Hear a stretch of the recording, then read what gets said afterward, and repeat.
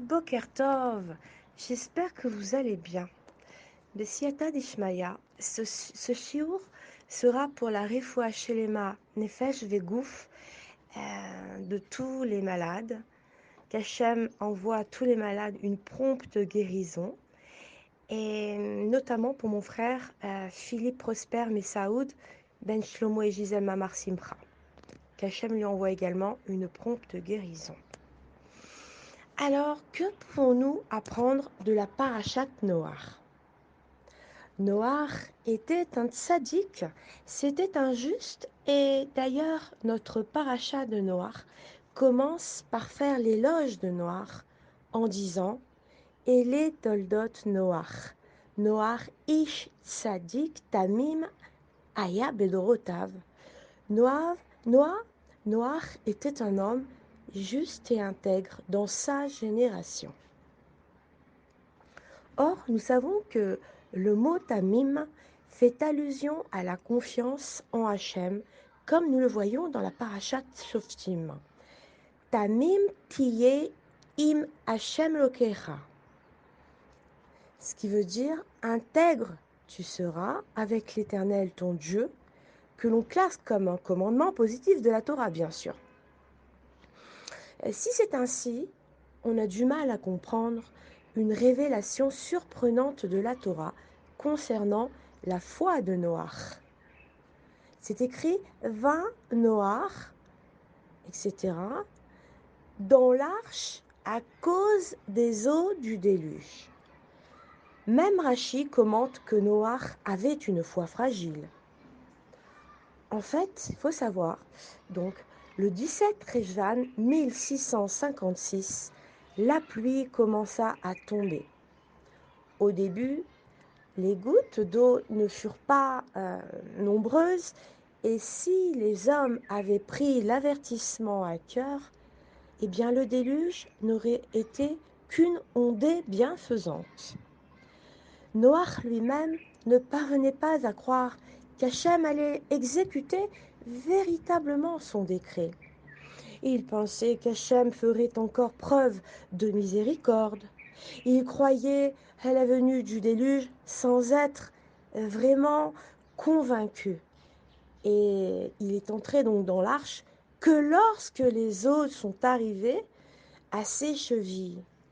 Et le Midrash ajoute, lorsqu'il a vu l'ange de la mort s'approcher de lui, alors il s'est résolu à monter à bord. Alors, maintenant, comment Rashi prétend, à l'appui du commentaire de nos sages, que la foi de Noach était précaire, alors que c'est Hachem lui-même qui sonde le cœur et les reins de l'homme? Hachem atteste de sa foi parfaite en qualifiant Noach tamim. Et comme nous le savons, à l'époque précédant le déluge, Noach vivait parmi toute une génération de gens méchants. Ils étaient voleurs, ils étaient trompeurs, et ils ne pensaient qu'à eux-mêmes. Ils causaient aussi du tort à leurs prochains, et ils se conduisaient très mal. En fait, toute la terre était remplie de Hamas, de violence. Lorsqu'Hachem a vu cela, alors l'acte de destruction de toute l'humanité avait été décrété dans le ciel. Alors c'est vrai que Noach, ce tzaddik, avait entendu d'Hachem l'annonce du déluge. Il a ainsi construit, il a l'arche en bois sur l'ordre d'Hachem. Mais il ne voulait pas prendre en compte ce décret. Pourquoi? Car il savait que d'après les lois de notre Torah, quand on croit fermement en quelque chose, alors on le concrétise et on scelle ainsi son exécution. Il savait que s'il entrait dans l'arche, il contribuerait à contresigner le décret céleste et il aurait ainsi déclenché le déluge. Dans les séphars de Chassidoute, il est ramené que Noach, pensait que tant que lui n'était pas convaincu qu'Akadosh Baruch Hu va apporter la pluie, alors Akadosh Baruch Hu n'amènerait pas la pluie. Ça veut dire que c'est marqué Mekatne Amanam. Les Sefrim Chassim expliquent que Noach diminuait sa émouna. Noach pensait que tant et aussi longtemps qu'il n'arrive pas à la émouna que Akadosh Baruch Hu va apporter la pluie, alors Akadosh Baruch Hu n'apporterait pas la pluie. Et c'est seulement quand il a compris que Akadosh Baruch Hu apporterait la pluie, que Noach croit ou que Noach ne croit pas, et c'est pour ça que Noach a attendu que la pluie soit très forte pour pouvoir entrer dans la Teva. Alors, quoi? Ce n'est pas un manque de émouna de la part de Noach. Sinon, il n'aurait pas passé 120 ans à construire la Teva. Et il a refusé aussi d'entrer rapidement dans l'arche parce qu'il n'a pas eu le cœur à s'associer activement à ce cataclysme sans précédent. Ce n'est donc pas que Noach avait une foi chancelante, c'est aussi par pitié pour le genre humain. Et d'ailleurs, en sortant de la Teva, lorsque Noach voit le monde totalement détruit, alors Noach a dit à Hachem, à Kadosh Baruch Hu, Hachem, Yitbarach, toi que l'on appelle Rachum Vechanoun, clément et miséricordieux, pourquoi n'as-tu pas eu pitié du monde? Et Akadosh Baruch Hu lui a répondu, berger stupide, maintenant tu parles ainsi? Pourquoi n'as-tu pas dit tout cela lorsque je t'ai dit je vais faire le déluge et que je t'ai demandé de préparer une arche?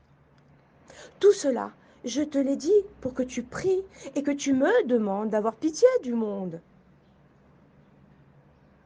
Et seulement lorsque tu as entendu que tu seras sauvé, toi, et alors, il n'est pas venu dans ton cœur l'idée de prier pour les autres? Tu as construit l'arche et tu as été sauvé. Et maintenant, tu ouvres ta bouche pour me demander d'avoir de la clémence pour la terre. Alors, il faut savoir, même si c'est un sujet en soi, il est majeur, il est important de prier pour les autres.